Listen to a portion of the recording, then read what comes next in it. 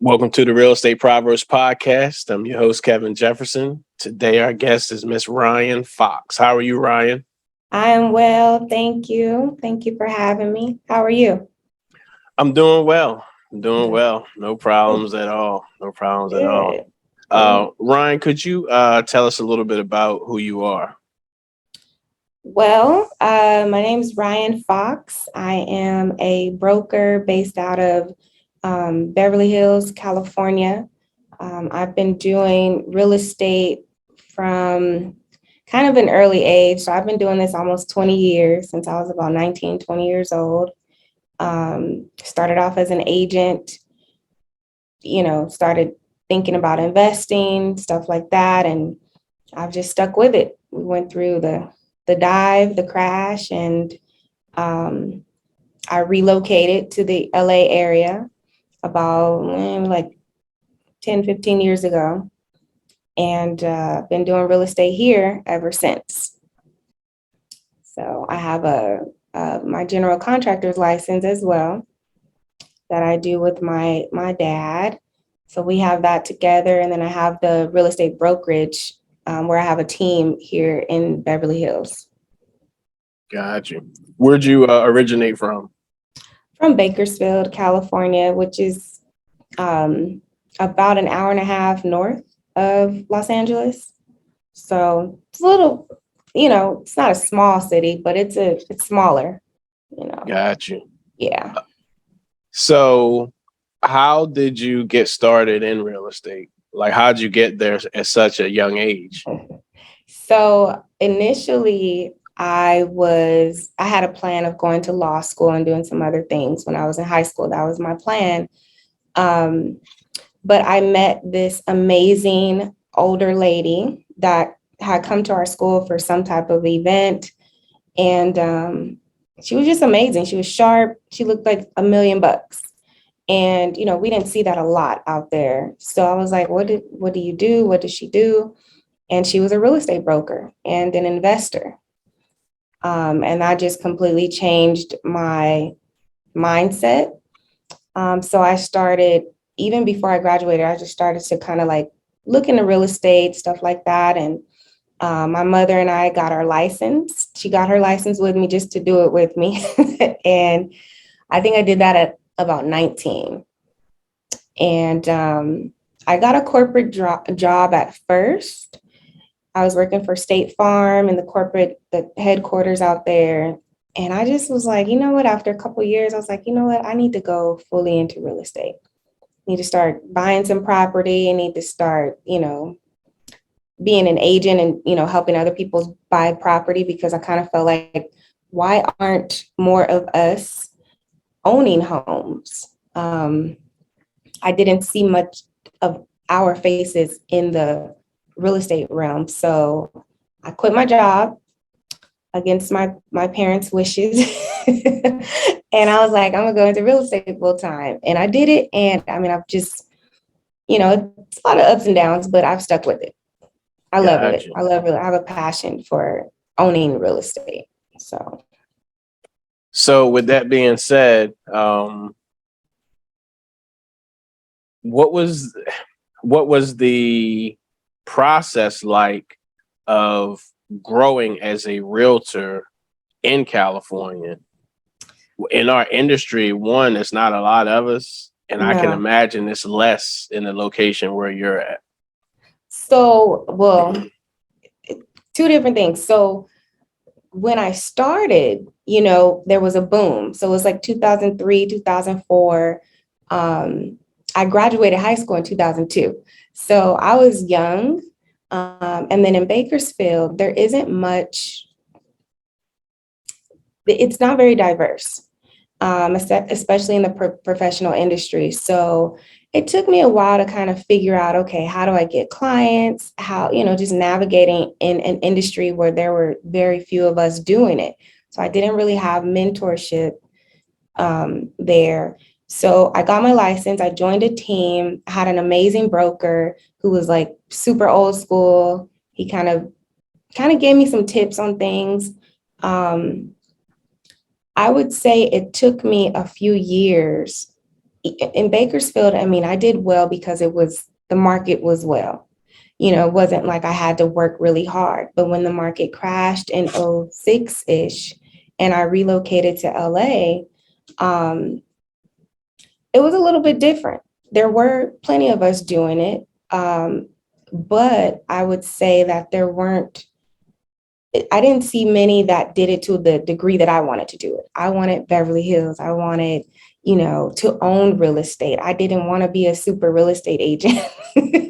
I wanted to acquire property. I wanted to do the $1 million listings as well. So I would say what happened for me was I discovered my niche. And then real estate became better for me. I wasn't your typical agent who just wanted to like show the husband and wife a new home, and then move on to another client. I specialized in investors, which suited me much better. And what I discovered was, my investors didn't care about what color I was. They didn't care about anything. They cared that I knew what I was talking about when it came to numbers and putting together transactions and saying, hey, this is a good deal. This is a good one for you, So once I discovered my niche, everything changed. And I discovered that maybe in about 2010-ish when the market crashed. And then I was, people were starting to buy again. And I was just like, I got to do this better. I have to figure out a way that makes, where this works. And I didn't always want to deal with a struggling buyer. I wanted to educate so that we aren't just struggling to piece up and buy our home. We were figuring out how to make it generational wealth for us. And how the mindset would change from, I just want to buy a home because my cousin bought a house or my friend did. It was because I wanted to start building a portfolio. So once I kind of switched my mindset, I feel like business has been very consistent. I haven't, had to really seek out new clients because my clients, if they aren't already investors, they became investors and they're always looking to buy. So business has just been as consistent as I wanted it to be over the last few years. So you said something. You said you figured out I need to create a niche that works for me, right? Exactly. But where did that mindset come from? And I asked the question that way because it's one thing to say it. Yeah. And it's another to actually do it, because then you're kind of focusing in on something when at the time you probably, like all of us at the time, we probably needed every deal that came our way. Right. You know what? And it's funny because I'll never forget my first broker. He would always tell me, you don't want to just take on all the clients. And he had been, this was like 2003. He had been an agent for a broker for maybe 20, 30 years. He was much older. And he would try to tell me this, but I was always like, nah, I can't, I can't turn down anybody. I need to take on everybody who wants to buy. And and realistically, everyone says they want to buy. So I ended up wasting a lot of time with people. And I wasted a lot of gas. I wasted a lot of energy. And I just was like, okay, we need to kind of narrow down what we're doing here. So when I moved to LA, I ended up taking a job with an REO broker. And he did not work with hardly anybody. And I was like, how is he making all this money? And he literally, people would call and want to work with him. I was his assistant. He'd be like, nah. And I'm like, how is this working? And he said, I won't work under a certain price point. He just had a criteria and he stuck with it, and it narrowed out, it funneled out the time wasters. It funneled out the deals that would drag on because of whatever, maybe they just weren't his type of client. And not only that, my personality. So I had to figure out, okay, I'm struggling trying to do like an elevator pitch. People would tell me like, oh, when you start real estate, everybody's your client. You need to have an elevator pitch. So when you're in the elevator with a stranger, you tell them, hey, I'm a realtor. What do you do? Do you want to buy a house? And that wasn't my personality. And I was struggling. Um, like I said, when I started, everyone was qualified, everyone was a buy, everyone, it was easy. So I didn't have to have a niche. But I noticed restarting and now you have to market, now you have to talk to people. I was like, this is not working for me. And I didn't want to work. I mean, I was working a lot. Always, one deal fell through, so you got to find another one. And you close one deal, you got to go get a new buyer if they're first time home buyers, because typically you close that deal with them, they're done, right? So now I'm having to seek out new clients every time. And I'm like, okay, I'm not from LA, didn't know a ton of people here. I'm not extremely social. So I'm like, how can I make this a little bit better for me? And I got a couple of investors, investor clients, and I noticed, working with them was a lot more, it just worked out a lot easier for me, for my personality, my work schedule. Investors they were a little more sophisticated. So I didn't have to go through the whole spiel of don't do this, don't do that. And even if they weren't an investor yet, if I could convince them to think like an investor, the transaction went smoother. So I said, let me just try to get a few solid investors that I know qualify, that I know, look, if I find them the type of deal that they like, they're always ready to buy. They're never going to turn down a deal that fit their criteria. So we could close a deal today. If I found another deal tomorrow, I could close out with them as well. So it kind of changed it was like, I really truly only need a handful of clients that are constantly buying. And they didn't want to see me too much, but they don't want to see me too much. For them, it's like, okay, send me a deal. If you find one, send it. I text it to them or email it. They run their numbers and they're like, okay, that works. Write up the offer. I do that without seeing them. If the offer is accepted, we go buy the property. We go over there and look at it. They have their financing, which is typically, hard money or cash. We close the deal quickly and, hey, send me another deal if you have one. Or, hey, go talk to the neighbor and see if they want to sell too, because I want that house too. So it just made things so much easier. So it was more of I was juggling, and then I realized these clients free up my time a lot more. These clients, it helps me to not have to be on the clock 24/7. They respected my time a lot more as well. So that's when things shifted, I would say, and then I had a daughter. So that really changed things. I had a daughter in 2011 and I became a single mom. And I was like, I can't, not that I don't still work a lot, but I was like, I can't drive around to show you 50 homes every day, with 5 or 6 different clients. I couldn't do that. So I had to figure out a way that made it work for me. So currently you don't work with any like first time home buyers or anything like that? I do occasionally. Most of the time it's like family or friends or like a referral from one of my clients.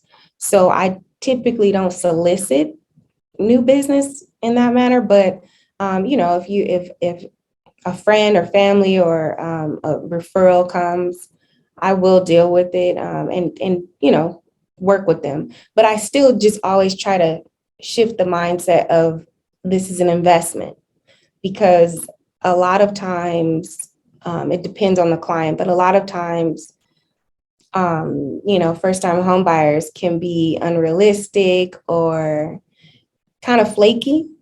So I just like to shift their mindset on that. So yeah, I do take them on. Or I refer them, depending on where it is or the type of deal, I may refer it to someone and I just kind of assist them with it. I consult with the transaction. But yeah, I do still take them occasionally. How did you find your investor clients? So I just went over this with my girls in the meeting. So one of the ways that I found most of my investor clients was I did open houses at fixer-uppers. So, your average agent wants to do the biggest, best, glamorous home. That's where they do open houses, because if you sell it, that's what you want to sell. Well, when I was figuring this all out, I was doing an open house at one of my listings in Compton, and it was an old fixer. And I really didn't want to do an open house with the clients. People think, oh, you list my house, you got to do an open house. And I was like, oh, crap. But I did it. And because it needed all this work, primarily everyone that came into that home was an investor. I mean, this was right in the middle. This was Compton, and this was, 10 years ago or so. And I met maybe three separate, from groups to teams and individuals that came in that were investors. And two of my favorite clients came from that. And they ended up getting that property. And we just clicked, and it was like, and they're two real estate attorneys, and they're investors, cool as can be. And they're like, hey, let's get this one and let's get some more. And I was like, oh, okay, cool. And we've been working together ever since. And a couple others. I mean, I always keep a handful of clients that, people text me, do you have any deals? Do you find anything? And the way I usually do it is I shoot my deals to my most consistent clients, see if they want it, and then I kind of funnel it down to some of the other investors that I've worked with in the past. How many investor clients do you currently work with now, on a consistent basis? On a consistent basis, maybe 4.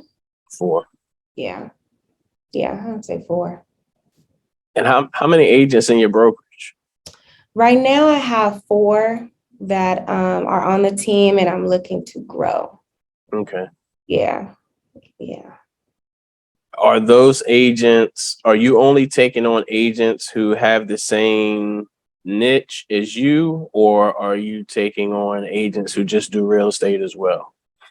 No, so I mean, I definitely like for us to kind of be on the same page, not as far as your clientele, but your mindset. Okay. So I'm very big on educating your clients. It's not just about the deal, it's about creating ongoing business with every client. So I'm really big on that, but I'm also super big on us realtors need to own homes. We need to own property. I meet so many that have done this for years and they don't even own a property. And quite frankly, most realtors struggle. Most people in our industry altogether struggle, especially realtors, because we're commission based.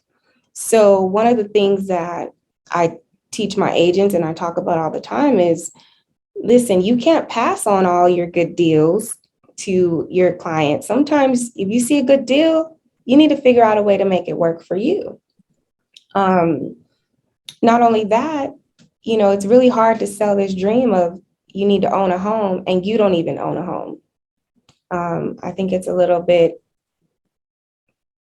of hypocrisy for us to push it. I see it a lot. And then you ask them and they're like, no, I haven't bought anything yet. And it's like, well, it's been 5 or 10 years. We need to figure that out. I show them how to purchase a home. A lot of times we have commissions with these transactions that you can roll that as that's basically your down payment as a first-time home buyer. So there's ways that you can use your, maybe you have to get it as a gift or something initially, but your commission is almost the equivalent of what your down payment would be using an FHA loan. So if your lender approves it, you roll that as your down payment. There's just plenty of ways. I mean, even some of my investment deals, I've had my clients say, hey, I've told them, hey, I don't want the commission, I want ownership. So if my commission's, X amount of dollars, maybe give me a little bit of that. I'll take a little bit, but roll the rest into the transaction and make me part owner, 10%, 20% owner, whatever the case may be. But I want ownership because I've done deals where I may make a $10,000, $15,000 commission, but my client makes $200,000 when they sell the property. And it was times when I was like, those numbers don't work for me. I need to figure out how to be on the end of that where, look, I found the deal, I put the numbers together. I'll get a little bit up front, but I want some on the back end too. So I show my agents how to structure those transactions as well. But your clients that you deal with, are they all fix and flippers, or do they do any buy and holding? Several of them buy and hold. I would say right now, the majority are buy and holds that I work with right now. Two of my main clients, they're fix and flippers. They don't really want to hold anything, but for the most part, most of the clients I deal with like to hold on to stuff. Not to hold. Yeah. Kind of depends on the market. I think right now, what I'm seeing is people are kind of like, if the numbers are really, really safe, they'll do a fix and flip. But because we're seeing a little bit of a shift, people are a little bit more leaning towards, okay, let's find some multifamilies to hold on to and, rent them out. Or I have some clients doing Airbnbs now, which has been kind of big lately.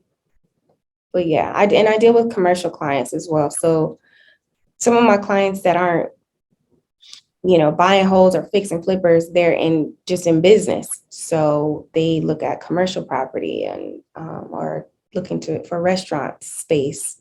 So I work with quite a few people that are in the commercial side too. Got you. So let's talk about real estate professionals not owning homes. Okay. Why do you think that is? You know what? I think for one, maybe we're a little scared of the commitment of it. Because I mean, depending on if I think it's a totally different game if you're married and you have, maybe your spouse has a consistent income. So maybe you feel like comfortable, like, okay, you guys own a home because you can afford it. Like I said, I think most real estate agents struggle. So it's pretty difficult to come up with a down payment and to think that you're going to consistently have the mortgage payments. But I also think it's a lack of us thinking like investors. I mean, I tell people all the time, even when you buy your own home, that's an investment. For me, I bought my first home when I was like 19. And I think I've just never been afraid. For me, it's like, whatever, buy a home. If you have to sell it, you sell it. It's what's the worst that can happen? But what I always tell people is this: at the end of the day, when you're renting a property, what happens when you're 5 days late? You're going to get a 3-day notice. And typically most landlords don't give you much room to, like, you're not going to be 30 days late for most places. So when you're struggling, that's almost the worst situation you can be in. When you own the home, I have clients and I know people have been in their homes for years, 5-10 years and haven't paid a mortgage payment, because they know how to, work the system of having, some forbearances and different things. But when you own the home, you have a little bit more leeway. So it's a lot better for when you have maybe a rough few months or something like that. It's as simple as a phone call and trying to, talking to your bank, and they'll give you time. They'll usually work with you. I help people with that all the time. They'll work with you. A landlord, they're depending on your money too much. They're not going to work with you very long, maybe a month or two. So I don't know why we don't, but like I said, I think if we knew like, hey, you can roll your commission as your down payment. If your commission is 3%, your down payment for FHA is 3.5. So maybe you just have to come up with a little bit of a difference, but you're basically earning your down payment every time you sell a home. Why not find your own home and roll that as your down payment? Next time you close a deal, the next home is yours. So, yeah. That's I guess to me the other part is that when having those, so the average real estate agent makes around $45,000 a year. Mm-hmm. So income is one reason. And then the other reason could be that the average African American or Black real estate professional makes a little over 25,000. Mm. So if you're in California, You're struggling if you're making that. yeah, you can't afford a Nah. house if that's your sole income. Nope. Then a lot of the agents that I've spoken to or heard, got in because they wanted to get in the investment side, and you don't make enough to put down on an investment. Yep. So, and I think I agree with you. I think it's funny. Most of the realtors I meet, I'm actually working on my book, and that's one of the things I talk about. Most of the realtors I meet or people who want to get their license actually just want to invest. Yeah. They don't even really want to be an agent. I was one of those people. I really never wanted to be an agent. I would have gotten my construction license initially versus my real estate license if I have known a little bit more about what I truly, truly wanted to do. But that's the big thing is that there are alternatives. There are different ways that we can get into investing without having a ton of money of our own. And that's the big thing that we have to figure out, even pulling money together, which sometimes is difficult. But also, I've discovered different avenues of, okay, if I don't have enough to finance this deal, this down payment, there's alternative ways that we can structure a deal where maybe I don't need as much as for the down payment. But again, I think it's a lack of knowledge, because I know people who had nothing and were able to start doing this. I'm really big on credit. Credit is huge. So like I tell people, if you don't have money, you better have credit. And you can borrow the down payment, even from private sources, but most people want to see your credit. If your credit is cleaned up, a lot of things you don't have to pay for a lot of things that we think we need cash for, But honestly, I think too, that's why I'm so big on it with my agents. How can you focus on clients or completely be ethical if you're struggling all the time? I think that it becomes a struggle for all of us. Anytime you're broke, you start, it's hard to, your patience is thinner, you're trying to come up with different avenues to, okay, let me push them to get this house or this deal or this, because I need to close this deal. I need that commission. I need this commission as soon as possible. I think it warps our thinking. So that's why I'm big on, if I had knew what I knew now, I would have been buying duplexes and fourplexes way back from 2003 till now. I would have never stopped. And right by now, I would have had a huge portfolio, like some of my clients do. Some of my clients, without doing anything, make 40, 50, 60,000 a month plus just from their rentals. So everything else is I don't want to say it's extra because nothing's extra, but everything else is just on top of that. So they can flip a property and make $150,000 or $200,000 and put that up. You know, their overhead is maybe it's 10,000 a month, but they're making 30 or 40 or 50. One of my clients that specializes in like this luxury Airbnb stuff, he makes 100,000 plus a month. And once you see those numbers, you start thinking, okay, why am I driving people around every day looking at houses? I need to build my portfolio because none of them have gotten wealthy from helping other people buy property, you know, and they will help you, but that's not how because a lot of my clients also have real estate licenses, but they don't use them, you know. You get wealthy building your portfolio, you know, so I just think that needs to be our focus so that we can increase our income. You know, we just missed out on all this equity that came about since COVID.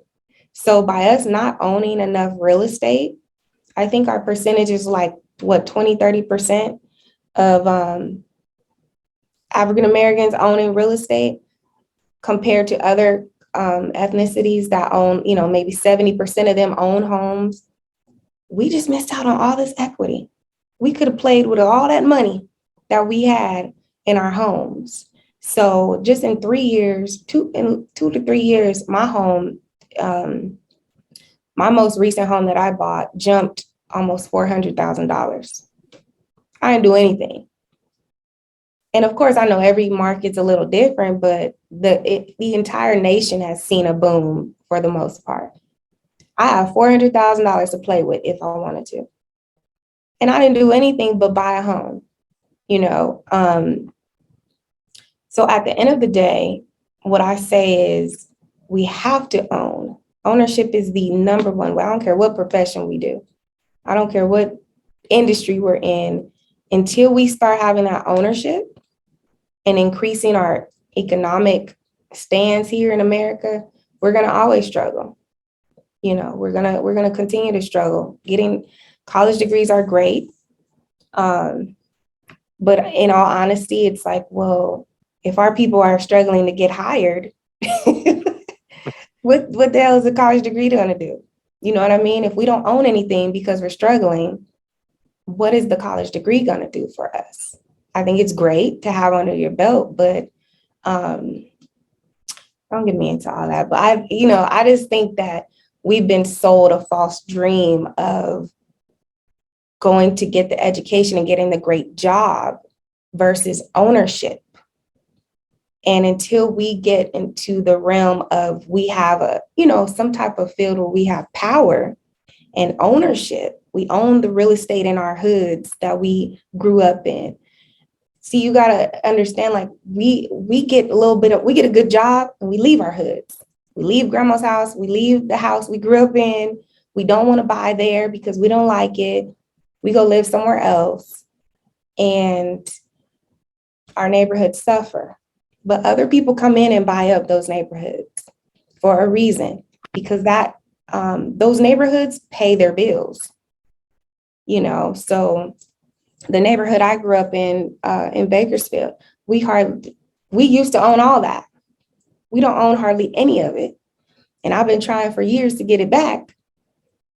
And once it's out of our hands, 9 times out of 10, it's like a 99% chance that we will never get it back in our hands again. But we refuse to buy in our area, the areas that we can easily afford, that we can know that we can rent it out. And we let other people take it over. And our numbers are down here while they have portfolios paying them, 10, 20, 30,000 a month. We're down here working a job. If we lose that job, we lose our home. then we're back to square one. You're right. So, all right, let's let's talk about it, right? Mm-hmm. One reason, so we've identified that most agents that you and I both talk to get into the business to invest. Yep. What they don't know is being a realtor has nothing to do with knowing how to invest. At It's the all. furthest thing. At all, yeah. Now they've taken the class, Mm-hmm. they've gotten into real estate, Right. and all of a sudden they find out their broker don't want you to invest. They sure don't. They discourage it. Yep. They discourage you That's investing. so funny. So now you're in the dilemma of, okay, I spent X amount of hours, depending on what state you're in. Yep. I've taken this test. I spent this money. Yep. I might as well go sell real estate. Yep. Now I'm an agent, super agent. Let me try to do this. Yep.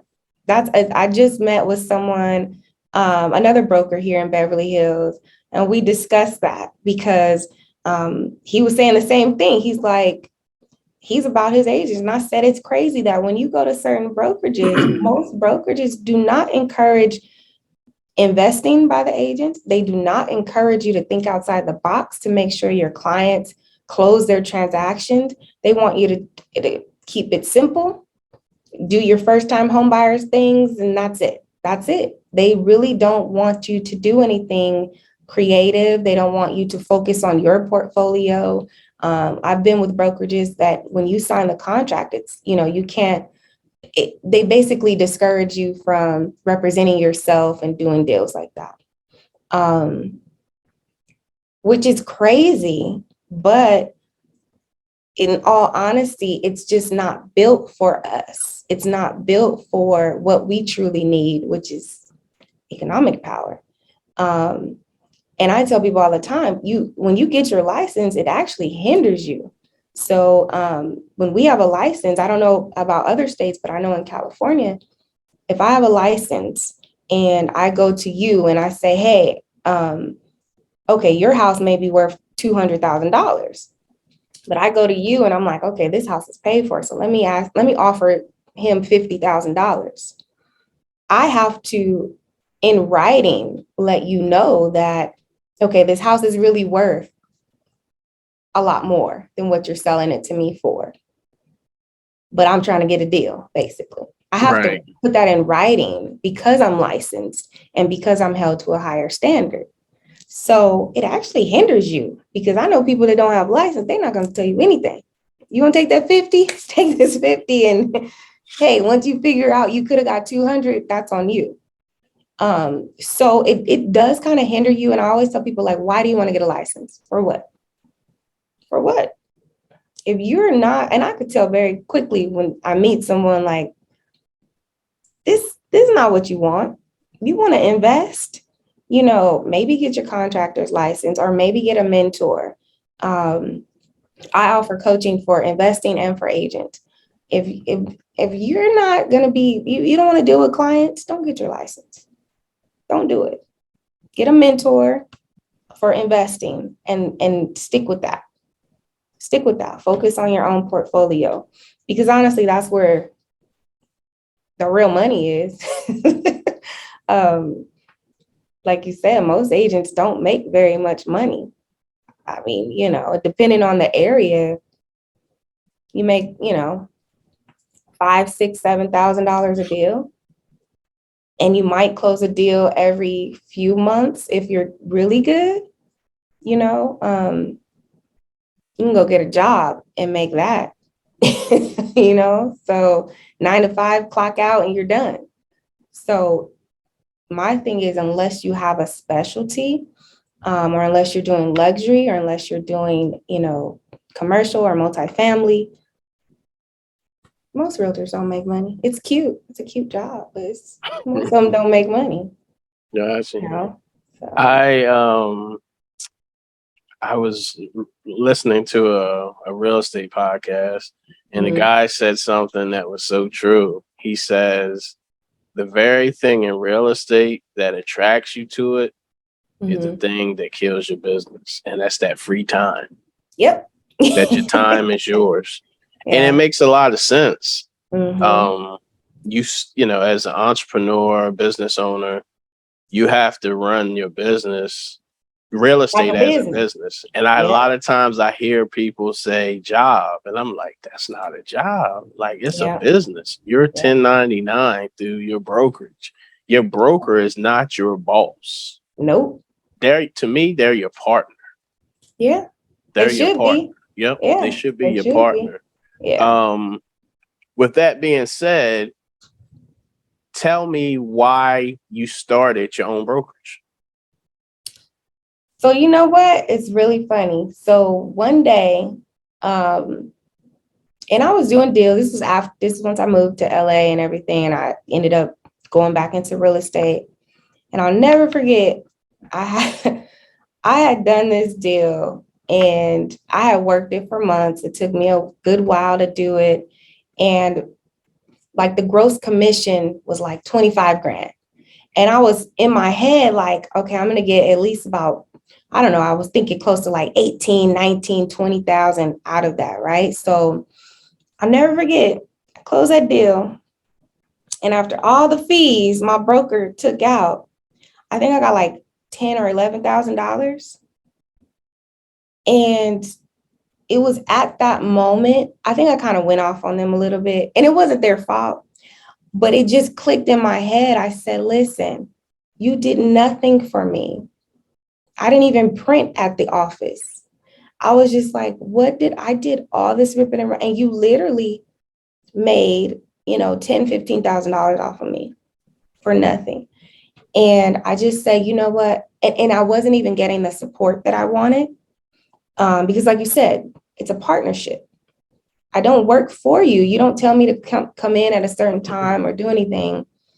But I was still kind of lost, So I said, why did I just give up all this money? So then I was like, nah, we're gonna go get this license. And people were telling me like, don't get your license. It's gonna be when you become a broker, it's all the liabilities on you, this is and that. But I was like, but it's always on me anyway, because if I do something unethical, even if my broker gets in trouble too, I still get in trouble. So I was like, it's still on me. I said, but at least this way, I'm fully independent. If I close it, my commission is 25,000, I get 25,000. So I ended up taking my test and I got my license, and I've been on my own ever since. I did that. I always have teams trying to recruit me, but the thought of, I think places are getting a little better, but for me, the thought of joining another brokerage or partnering up kind of makes me feel like, nah, like, what are you offering me that would make me want to share my commission with you? But I have found some good brokerages that, I think they do a good job of supporting their agents. But for the most part, your larger brokerages, I find that the agents are all lost. And I talk to agents from other companies all the time that say, like, you give me better advice or you help me more than the office does over there, because it's not like I'm 1 in 100. I'm not just saying like, get your license, go out there, get clients. Nah, I have to know your personality. Everybody's not meant to work with investors like me. That's just my thing. Some people are really good at different types of clients. Some people are really good with first-time home buyers. That's great for them, and I think we have to keep our agents as individuals, because it's not just a big group of agents. I don't want just 50 agents under me. I want, if I have 50 agents, I want successful agents that are happy as individuals. They're not out of their comfort zone as far as trying to get new deals. They have a system that works for them. And you don't see that very often. And every agent that comes to me, they're like, I really want to invest. And I'm like, well, that's what we're going to do then. That has to be, if that's what you truly want to do, then don't forget that, But But yeah, once I did that, I think I've gone back and forth with hiring agents. I've had teams, and then then I haven't had teams. And I think I'm at the point right now where I'm just really focused on developing agents right now. That's where I am right now. So I'm not really taking on any new clients. If I do, I'm partnering with one of my agents on the transaction. But I love real estate. I love real estate agents. So I just, maybe it was the pandemic, but I just kind of was like, I want to help. So many people out there. I think in California, we have like 600,000 real estate agents. And it's like, maybe, 10,000 of them make money. It's crazy, you know? There's some that can make money, but I think I don't want to say the lack of leadership, but just not being prioritized because they join the big brokerages, and we often think, oh, I got to join the big companies when I start off because I want a name that people recognize. But truthfully, it's about you. Your clients go to you because of you. They really don't care about the bro. They don't even know what that means. Like, what's the difference? Most people don't know what an agent and a broker like what the difference is. So I always tell people, it's great to join a big brokerage at first so you can get that out of your system. And then you find a brokerage that fits you, where you can go to the manager or to the broker and get some true hands-on advice. So I do events with my agents. I have individual marketing plans for my agents, and I'm a part of that with them. I'm a partner with you. You don't make money, I don't make money off of you, So, and if you're not happy, you're going to leave. So my goal is to help you fulfill your dreams as whatever it is, with having your license. So in terms of your brokerage there in California, what is the goal in the next 12 to 24 months? So my biggest goal is to blow up here in Beverly Hills because, we stand out like a sore thumb, and I like it. Most of my clients are from this area, so that's one of the reasons why I chose this area. But my goal is to blow up. We have our ribbon cutting on the 12th of August, so I'm super excited because they haven't really ever seen that here. So my goal is to pop here. And once we get this established, the goal is to duplicate this here in Miami, Florida, and Atlanta, Georgia, and Las Vegas, Nevada. So once we get this established, and I'm still tweaking things here, but like I said, the goal is to blow up here in Beverly Hills, to build a solid team, network with the community. I'm really big on small business. So, networking here, helping everybody just kind of thrive, not just can we sell you a home, it's how can we all work together as a community, not just in Beverly Hills, but throughout Los Angeles, to balance those numbers out with ownership, home ownership, apartment ownership. That's my goal. Let's increase property ownership in general. So, yeah. In terms of you sticking out like a sore thumb, what has been the reception of you owning your brokerage and being a Black woman? I would say it's been very welcoming, but I would say more of a surprise factor to people, which it's like, I get it. I get it. There's a ton of real estate agents around, but when I say to people, oh, I have my own brokerage and we're here in Beverly Hills, people are kind of like, oh, like, wow. And it's not anything super, super special, in my opinion. It's you rent an office, you do what you got to do. But I think the goal is to make everyone realize that we can do it. And honestly, I really don't care about the reception. You know what I'm saying? Like and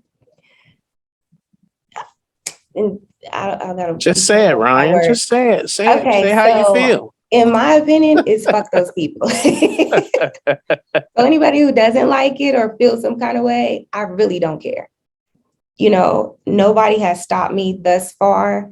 And in my opinion, initially, I mean, even our people, I mean, some people are like, okay, what are you doing? But I think in all, I know what I'm doing.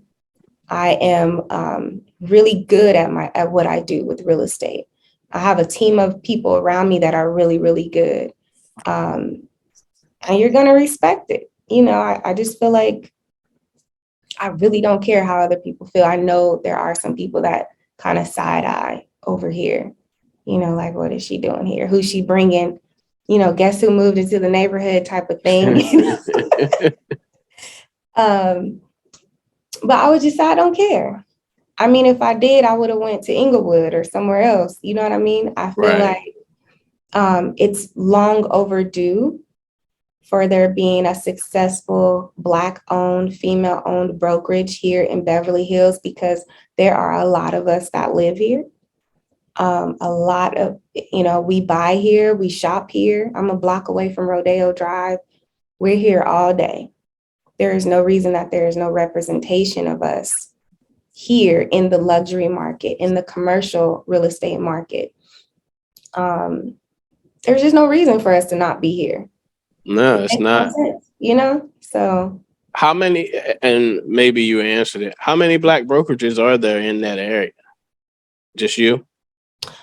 as far as I know, I'm the only one. I do have a friend, which is somewhat of a partner.